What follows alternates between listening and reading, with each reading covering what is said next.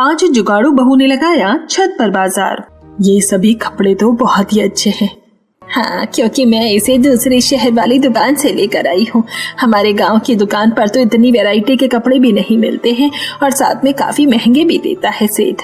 बिल्कुल सही कहा तूने। मैंने पिछली बार मजबूरन एक साड़ी ली थी और बहुत महंगी लगाई थी, लेकिन क्या कर सकते हैं, मजबूरी हो जाती है। कई बार शहर जाने के लिए कोई होता नहीं है और सामान की जरूरत होती है तो गाँव से ही लेना पड़ता है। वही तो, हमारे गांव में बस एक परचून की दुकान है, उस पर थोड़ा सामान सही मिल जाता है, वरना जो भी सामान लेना हो तो गांव से बाहर ही जाना पड़ता है। शांति अपने पड़ोसन के घर गई थी और उनसे बात कर रही थी और वहीं दूसरी तरफ उसकी 5 बहू घर पर काम कर रही थी। तीनों बहुएं आंगन में जो उन्होंने सब्जी उगाई थी उसकी जांच कर रही थी। सब्जी तो सही हो रही है दीदी। हाँ, मैंने इसके अंदर खाद भी डाल दी है। अब बारिश का मौसम आने वाला है तो इसीलिए हमें थोड़ा सा इन सब चीजों का ज्यादा ध्यान रखना होगा। हाँ, बारिश के मौसम में कोई भी चीज खराब होने का डर कुछ ज्यादा ही होता है। घर के अंदर बाकी 2 बहू काम कर रही थी। वो सबके लिए खाना बनाने की तैयारी कर रही थी। संगीता का बेटा चिंटू वहाँ पर अपने खिलौने के साथ खेल रहा था और उसकी बॉल आगे भागते हुए आती है और वो लेने के लिए आता है तो देखता है कि घर के अंदर एक बड़ा सा कन खजूरा टक टक करते हुए आ रहा है, जिसे देखकर वो डर जाता है। मम्मी, चाची, देखो यहाँ पर कितना बड़ा कान खजूरा है, हम सबको ये खा जाएगा। उसकी बात सुनकर ऋतु भी डर जाती है। हाय दैया, क्या कहा? कान खजूरा आ गया? अरे कोई भगाओ इसे। सब अफरा तफरी मचाते हैं कि तभी वहाँ पर निधि एक बड़ी सी चप्पल लाकर उसे मार देती है। लो जी, हो गया, आपको डरने की जरूरत नहीं है। वाह दीदी, तो सीधो कमाल कर देता, आप तो सुपर हीरो हो। अरे आपको ज्यादा ही डरपोक हो ऋतु भाभी। अरे एक मामूली से छोटा सा कान खजूरा ही तो था। अच्छा, अगर ऐसा है तो थोड़ी देर पहले तुम नीचे जमीन पर बैठी थी और इसके आने के बाद तुम अचानक से चारपाई पर क्यों खड़ी हो गई? स्नेहा खुद डरकर चारपाई पर चढ़ जाती है। तब बाकी 3 बहुएं भी घर के अंदर आ जाती हैं और उसके बाद निधि एक पुरानी कॉपी का एक्स्ट्रा गत्ता लेती है और उसके नीचे कागज रोल करके चिपका देती है। अब वो उस गत्ते को दरवाजे के नीचे फंसा देती है। आपने ऐसा क्यों किया है भाभी? ताकि तब घर के अंदर कोई भी इस तरह के छोटे मोटे कीड़े मकोड़े ना आ सके। इनका डर लगा रहता है क्योंकि हम फर्श पर भी सोते हैं तो किसी को भी काट सकते हैं और खाने में भी जा सकते हैं। सही जुगाड़ किया। अब बारिश का मौसम आ रहा है तो ऐसी चीज है तो ज्यादा होंगी ही। उसके बाद 5 बहू खाना बनाने की तैयारी करती हैं और काफी हद तक राशन खत्म हो चुका है, साथ में गोंद कतीरा और बाकी कुछ जरूरत का सामान भी खत्म है। अभी तो बहुत रात हो रही है, लिस्ट बना लेते हैं। जो पास की परचून की दुकान से सामान मिलेगा वो वहाँ से खरीद लेंगे और बाकी फिर 1-2 दिन में शहर जाकर ले आएंगे। इस तरह बात करते हुए 5 बहू खाना बनाती हैं और उसके बाद रात को सब साथ बैठकर खाना खाते हैं। आज खाने में आम का अचार नहीं है क्योंकि काफी हद तक राशन खत्म हो गया है और अचार लेने के लिए भी हमें शहर जाना होगा। वही छोटी छोटी चीजों को लेने के लिए अब दूसरी जगह जाना पड़ता है। वही तो, विनीता भी बाहर से ही सामान लेकर आई है। उसे अभी शादी के फंक्शन में जाना है। खुद के गांव में दुकान होते हुए भी बाहर जाना पड़ता है क्योंकि सेठ तो इतने महंगे कपड़े देता है और यहाँ पर वैरायटी भी कम मिलती है। लेकिन बगल वाले शहर की दुकान वाले भी हमें बहुत ज्यादा लूटते हैं। वो जानते हैं कि हमारे गांव में सुख सुविधा नहीं है, इसलिए वो भी हमें अपनी मनमर्जी के दाम पर सामान बेचते हैं। अब तो क्या ही कर सकते हैं, बस मजबूरी रह गई हमारी। इस तरह सब खाना खा लेते हैं और फिर रात को जब बाहर आंगन में बर्तन धोने का समय होता है तो अरे दीदी, बर्तन धोने का साबुन तो खत्म हो गया है, अब हम बर्तन कैसे धोएंगे? एक जुगाड़ है। सीमा अंदर जाती है और कुछ उपले लेकर आती है और उसके बाद उन्हें एक तसले के अंदर थोड़ी देर जला देती है और वो जब जलकर राख हो जाता है तो उस राख को एक कटोरी में निकालकर उसमें थोड़ी सी मिट्टी मिक्स करके और हल्का सा पानी डालकर अब उसके बाद सब बर्तन धोना शुरू करते हैं। मानना पड़ेगा सीमा, कमाल का जुगाड़ निकाला है तुमने, एकदम पहले जमाने वाला। हाँ दीदी, हमने खाद के रूप में इस्तेमाल करने के लिए कुछ उपले तो लाकर ही रखे थे, अब वो हमारे काम भी आ जाएंगे। इस तरह बहुएं जुगाड़ करके बर्तन साफ करने के लिए साबुन बना लेती हैं। अब रात को सब एक साथ हॉल में ही सो जाते हैं क्योंकि गर्मी थी और घर में 2 ही कूलर थे तो सब उन कूलर को लगाकर सो जाते हैं। वहीं दूसरी तरफ अगले दिन सुबह विनीत के घर में मम्मी जी, अब क्या करूँ मैं? पता नहीं, मुझे भी समझ ही नहीं आ रहा कि अब हम क्या करेंगे। और हमें आज रात को ही फंक्शन में जाना है और हमने आज की इस ड्रेस को अच्छे से खोल कर देखा, पर क्योंकि इसमें डिफेक्ट है तो हम इसे पहन भी नहीं सकते हैं। नहीं, अब हम इसे चेंज करवा सकते हैं क्योंकि उन्होंने कहा था कि सिर्फ 3 दिन के अंदर ही हमें चेंज करना होगा। अगर कुछ भी गड़बड़ होगी तो अब तो पूरा 1 हफ्ता हो गया है। वो दूसरे शहर में जाकर सामान लेने की सच में बहुत बड़ी समस्या है। अगर हमारे गांव में भी बाजार होता तो ऐसी कोई दिक्कत नहीं होती। इस तरह सुबह सुबह विनीता और उसकी बहू का नुकसान हो जाता है। एक बार मम्मी जी सेठ जी की दुकान पर जाकर देखते हैं, क्या पता हमें कोई सस्ता कपड़ा मिल जाए। रेखा की बात सुनकर विनीता रेखा के साथ सेठ की दुकान पर कपड़े खरीदने के लिए जाती हैं, लेकिन वो तो आदत से मजबूर फिर से वही सब चीजों के दाम ज्यादा बताता है। अरे सेठ, कुछ तो दाम कम करो। इतना भी महंगा कोई कपड़ा आता है क्या? अरे मेरे यहाँ पर एकदम बढ़िया क्वालिटी का सामान आता है। मैं कुछ भी घटिया क्वालिटी का सामान नहीं रखता। तभी वहाँ पर एक महिला गुस्से में आती है और वो सेठ से खरीदा हुआ कपड़ा उसे देते हुए कहती है, हाँ हाँ सेठ रहने दे, मैंने देख लिया तेरा अच्छी क्वालिटी का कपड़ा। इसे मैंने बस 1-2 बार पहनकर धोया ही था तो इसका सारा रंग ही उड़ गया। वो भी कोई कपड़ा हुआ? एक तो इतना महंगा देता है और ऊपर से कुछ ढंग का भी नहीं होता। अरे इसमें मेरी क्या गलती है? अब क्या पता तुमने किस तरीके से कपड़े को धोया है और क्या किया है इसके साथ। मैंने तो तुम्हें बिल्कुल सही कपड़ा दिया था। हाँ बिल्कुल, मुझे तो शौक है ना महंगा कपड़ा खरीद कर ऐसे खराब करने का है। ये सब देखने के बाद तो विनीता और रेखा वहाँ से बिना कुछ लिए वापस चली जाती हैं। वहीं दूसरी तरफ पांचों बहू परचून की दुकान पर सामान लेने के लिए तैयारी करती हैं। काका, आप हमें 1 किलो दाल, 1 किलो राजमा चने और थोड़ा आटा और चावल दे दीजिए। ठीक है बेटा, अभी देता हूँ सारा सामान। महेश सारा सामान पैक करके उन्हें दे देता है और उसके बाद जैसे ही प्रीति पैसे देने लगती है तो माफ करना काका, 50 रुपए थोड़ा कम पड़ गए हैं। आप इसमें से कुछ सामान निकाल लीजिए, मैं बाद में आकर ले जाऊंगी। अरे कोई बात नहीं बेटा, कैसी बातें कर रही है। कोई परेशानी वाली बात थोड़ी है। अगर पैसे रह गए हैं तो बाद में आ जाएंगे। कौन सा भागे जा रहे हैं? इसमें से भला सामान निकालने की क्या जरूरत है। शुक्रिया काका, आप सच में बहुत अच्छे हैं। इस तरह सब सामान लेकर घर की तरफ जाने लगती हैं और उन्हें पड़ोसन रेखा मिलती है। वो उन्हें सारी बात बताती है। ये तो आपके साथ बहुत बुरा हुआ। क्या आप मुझे दिखा सकती हो कि अगर मेरे पास कुछ थाने में से मैचिंग का कपड़ा होगा तो मैं उसे ठीक करने में मदद कर दूं शायद। क्या सच में तुम ट्राई कर सकती हो? ठीक है, मैं अभी बुलाकर घर जाकर ड्रेस लेकर आती हूँ। उसके बाद पांचों बहू घर वापस आती हैं और वहीं दूसरी तरफ रेखा अपनी ड्रेस लेकर भी वहां आती है। दरअसल ऋतु सिलाई करने का काम करती थी और वो छोटे मोटे कपड़े सिला करती थी। रेखा की ड्रेस देखने के बाद ऋतु अपने कपड़ों के देर से वैसे ही सेम कलर का मैचिंग कपड़ा ढूंढने की कोशिश करती है और उसे थोड़ी देर बाद मिल जाता है। अब तुम बस देखती जाओ कि मैं किस तरह के जुगाड़ करूंगी और तुम्हारी ड्रेस को एकदम ठीक कर दूंगी। अब ऋतु कपड़े की मदद से एक छोटा सा फ्लावर का डिजाइन बनाती है और जो फ्रंट में ड्रेस खराब हो रही थी वहाँ पर गले पर उसे लगा देती है और उसके बाद वो ड्रेस पूरी तरीके से ठीक हो जाती है। यार सच में तुमने तो कमाल ही कर दिया। तुम तो हमारे गांव की जान हो। सब लोग तुमसे ही थोड़ा बहुत कपड़ा सिलवा कर काम चला लेते हैं, वरना तो इन सेठ जैसे लोगों ने तो लूट में जा रखी है। तुमने मुझे बचा लिया, वरना मुझे तो बहुत डर लग रहा था कि रात को फंक्शन में क्या पहन कर जाऊंगी। और सेठ की दुकान पर ही सामान खरीदने गई थी तो वहाँ पर भी हंगामा हो गया था। अच्छा, कैसा हंगामा हुआ था जरा मुझे भी बताना भाभी, थोड़ा एंटरटेनमेंट भी तो जरूरी है ना। रेखा उन सबको सारी बात बताती है। ये तो सरला आंटी जी के साथ बहुत बुरा हुआ। आजकल ऐसा ही है, किसी के ऊपर विश्वास नहीं कर सकते और गांव में तो कुछ ऐसे ही हालात हो रहे हैं। इस तरह सब इस बारे में बात करते हैं और रेखा भी काफी खुशी से घर आ जाती है। शाम को संगीता और सीमा अपने बाहर आंगन में लगी हुई सब्जियों को संभाल रही थी और उसके अंदर थोड़ा सा गोबर मिलाकर खाद डाल रही थी। चलो जी, अब हमारी सब्जियां जल्दी ही तैयार होने वाली है। अब रात को सब सो जाते हैं और अगले दिन सुबह पांचों बहू तैयार होकर शहर में सामान लेने जा रही थी। मुझे आज का मौसम थोड़ा ऐसा ही खराब लग रहा है, इसलिए तुम सब आज जरा जल्दी घर आ जाना। ठीक है मम्मी जी। उसके बाद पांचों बहू आती हैं और गांव के थोड़ी दूर जाकर वहां से रिक्शा करती है और रिक्शे में बैठने के बाद अभी तो हमें एक और रिक्शा बदलना होगा।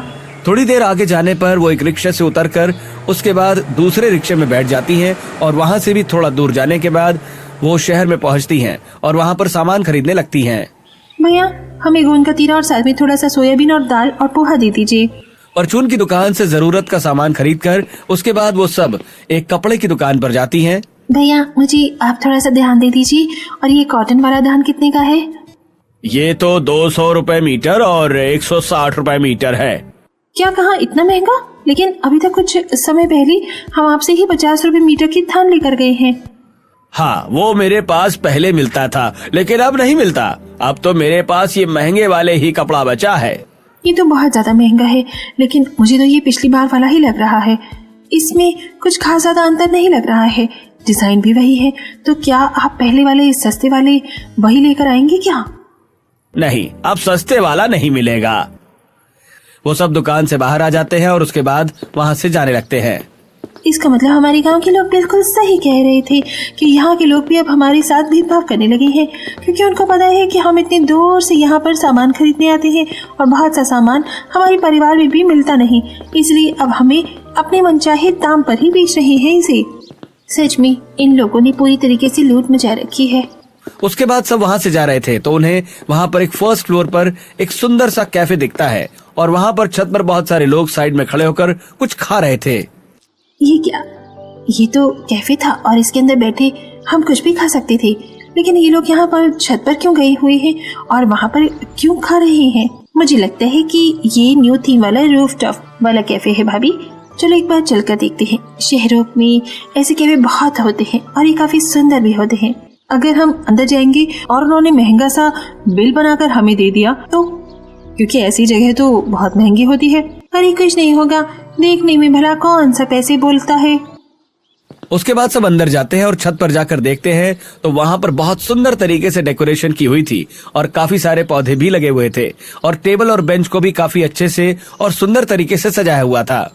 वाओ, ये तो काफी ज्यादा सुंदर है, सच में काफी अच्छा है। उसे देखने के बाद पांचों वहाँ से बाहर आ जाती हैं और उसके बाद रिक्शा करके वो पांचों घर आ जाती हैं। वहाँ पर उनकी पड़ोसन शीला उनका इंतजार कर रही थी। हाँ तो बेटा, क्या तुम कपड़ों का थान लेकर आई हो? नहीं आंटी जी, वहाँ पर बहुत महंगा कपड़ा मिल रहा था, इस बार मैं इसलिए लेकर ही नहीं आई हूँ। अब हम क्या करेंगे? एक वही कपड़ा था जो मैं सिलवा कर पहन लेती थी और सस्ता भी पड़ता था। दुकानदार से कपड़े खरीद कर पहनना तो सच में बहुत ज्यादा महंगा पड़ जाता है और अब ये कपड़ा भी महंगा हो गया है, तो अब कैसे काम चलेगा? इस तरह उन लोगों की मुसीबत बढ़ रही थी, लेकिन अभी तो मुसीबतें और भी आनी बाकी थी। आज शाम को बहुत तेज बारिश हो रही थी और जिसकी वजह से गलियों और नालियों का पानी मिक्स हो रहा था। हे भगवान, बिन मौसम बरसात की वजह से गली में कितना सारा पानी इकट्ठा हो गया है और नाली का पानी भी इसमें मिक्स हो रहा है। आगे तो न जाने क्या होगा।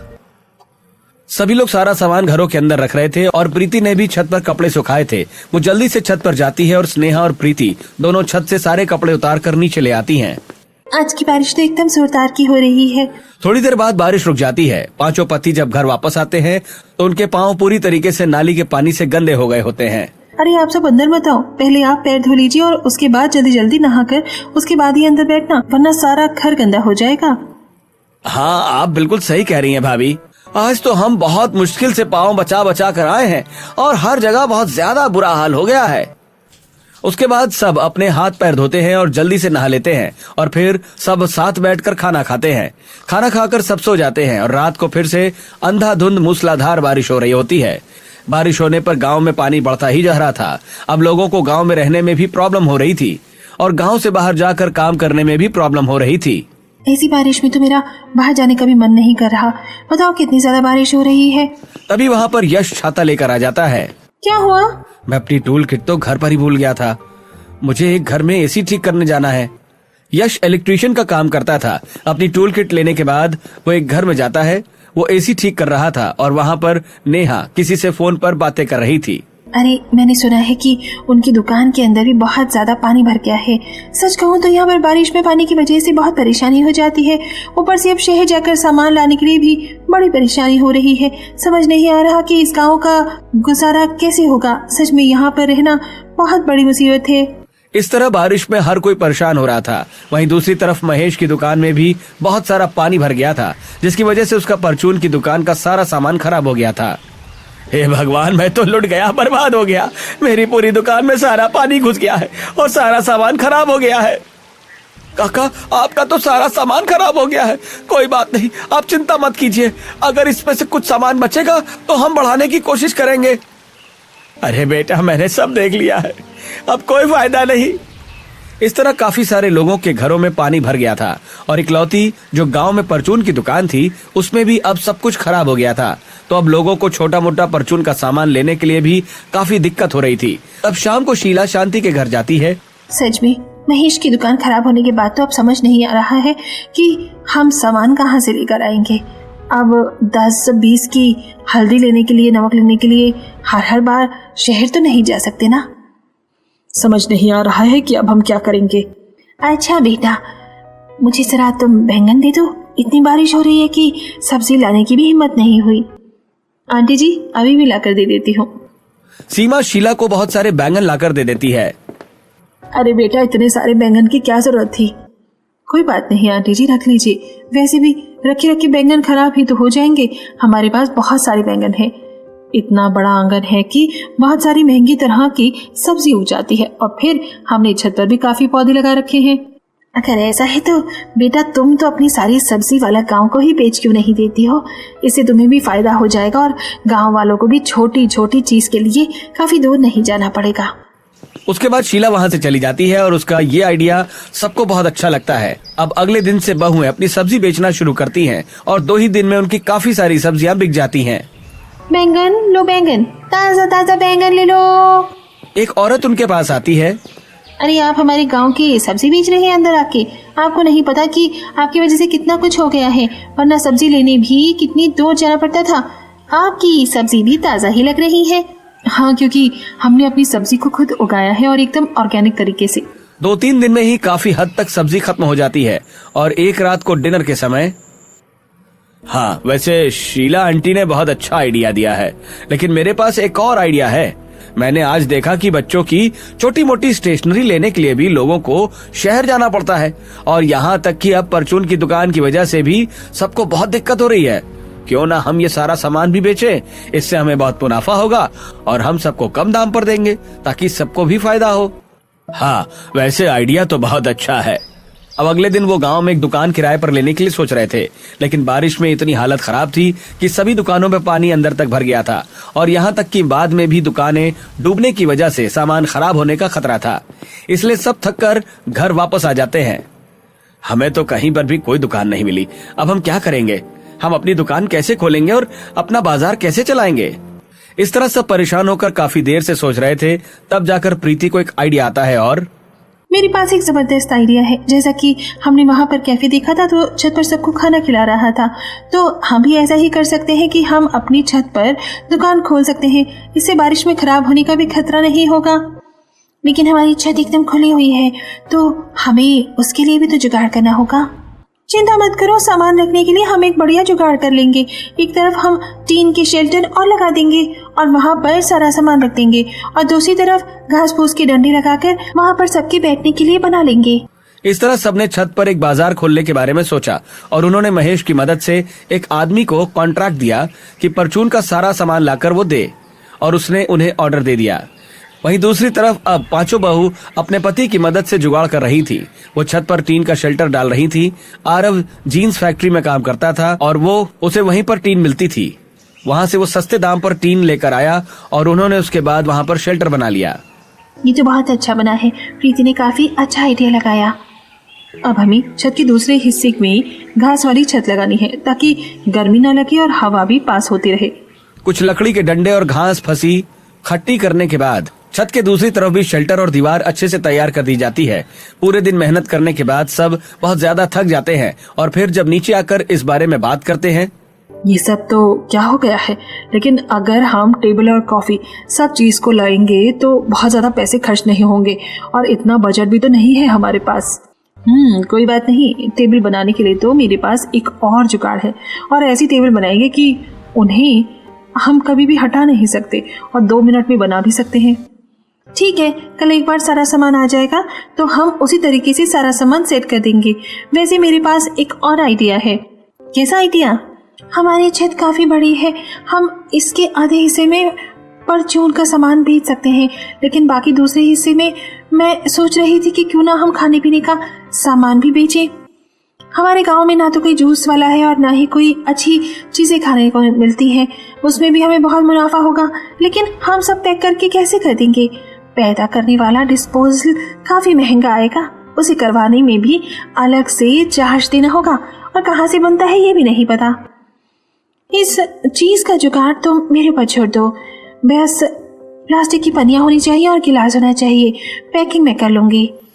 इस तरह सबने अपना छत पर बाजार खोलने की प्लानिंग शुरू कर ली थी और अगले ही दिन टेम्पो में सारा परचून का सामान आ जाता है और उसके बाद वो छत पर उसे रख देते हैं और निधि के जुगाड़ की मदद से वो इमेज भी बनती है। वो लेफ्ट और राइट साइड में बहुत सारी ईंट रख देती है और उसके ऊपर एक लकड़ी का फट्टा रख देती है।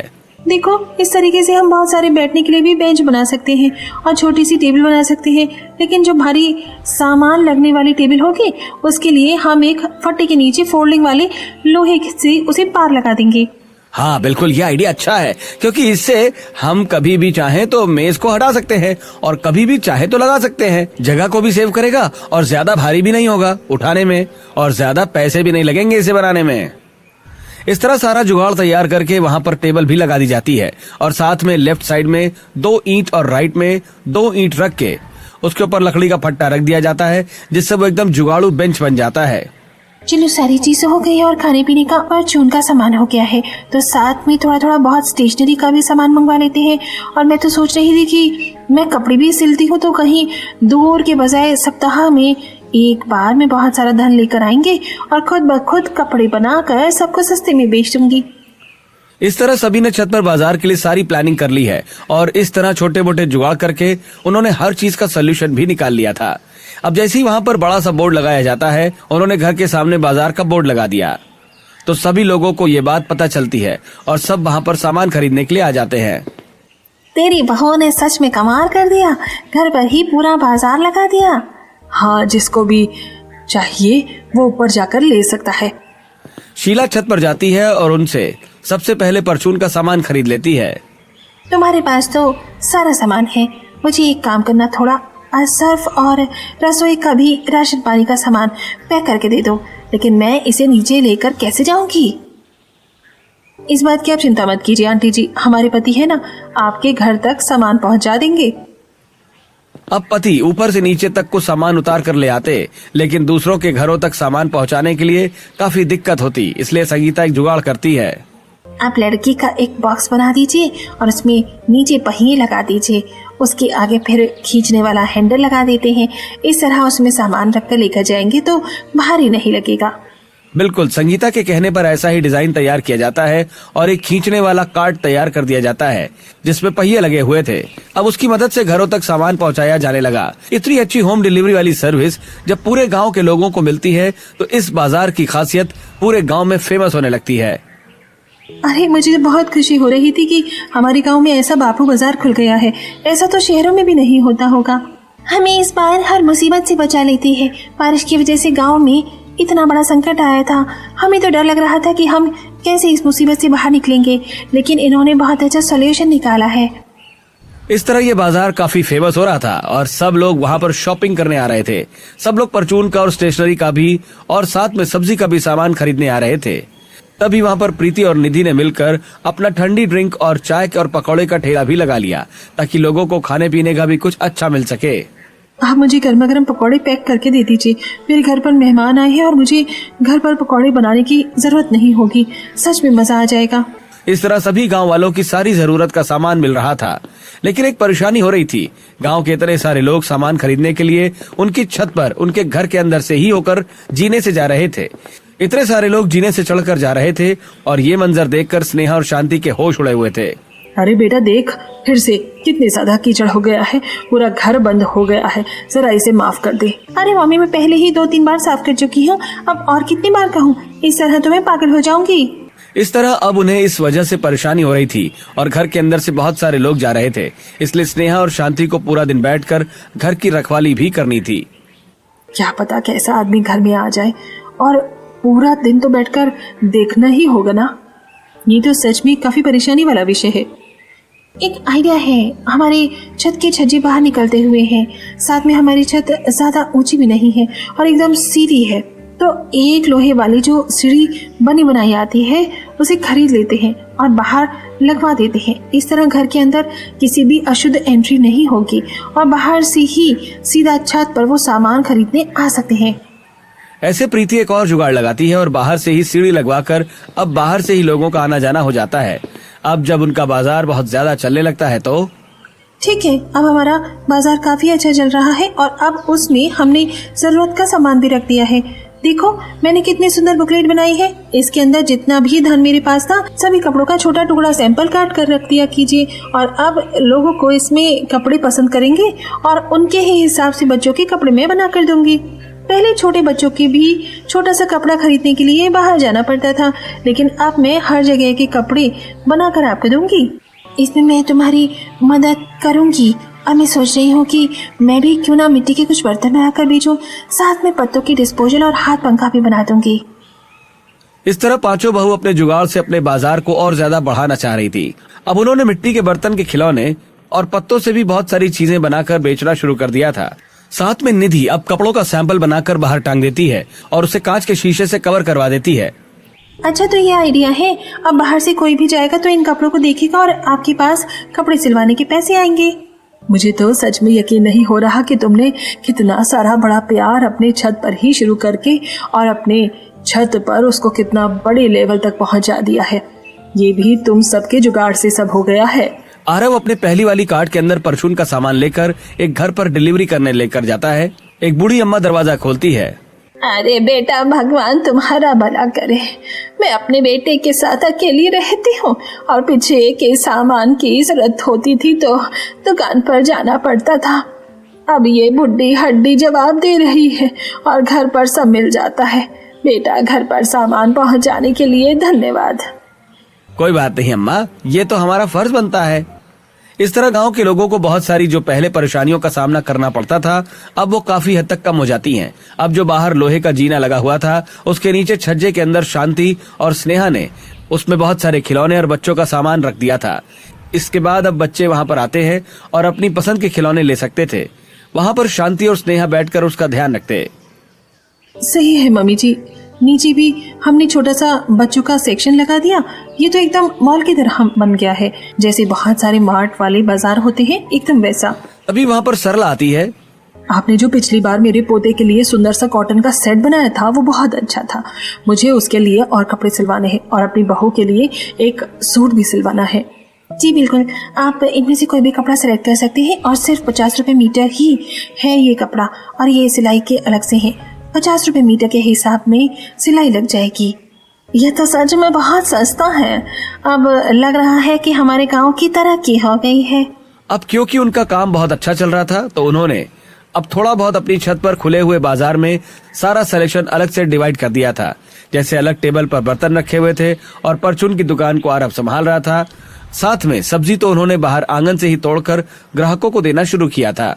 सही है, आप तो एकदम ताज़ा सब्जी हमारे सामने तोड़ कर दे रही है। आप मेरे लिए ये सब्जी पैक कर दीजिए, मैं एक बार ऊपर जाकर कुछ बर्तन और फ्यूजन का सामान देखकर खरीद लेती हूँ। अब नैना छत वाले बाजार पर जाती है और वहाँ से मिट्टी के 2-3 बर्तन खरीद लेती है। फिर वो परचून की दुकान से भी सारा सामान खरीद लेती है। पर मैं इतना सारा सामान लेकर नीचे नहीं जा सकती, तो क्या आप मेरी मदद कर देंगे? आप इस चीज की चिंता मत कीजिए, हम आपके घर का सामान पहुंचा देंगे। जो छोटा मोटा सामान है जैसे बर्तन, वो आप साथ में ले जा सकते हैं ताकि टूटने का डर न रहे। वाह, ये तो बहुत अच्छी बात है। इतनी अच्छी सर्विस तो मैंने पहली बार देखी है।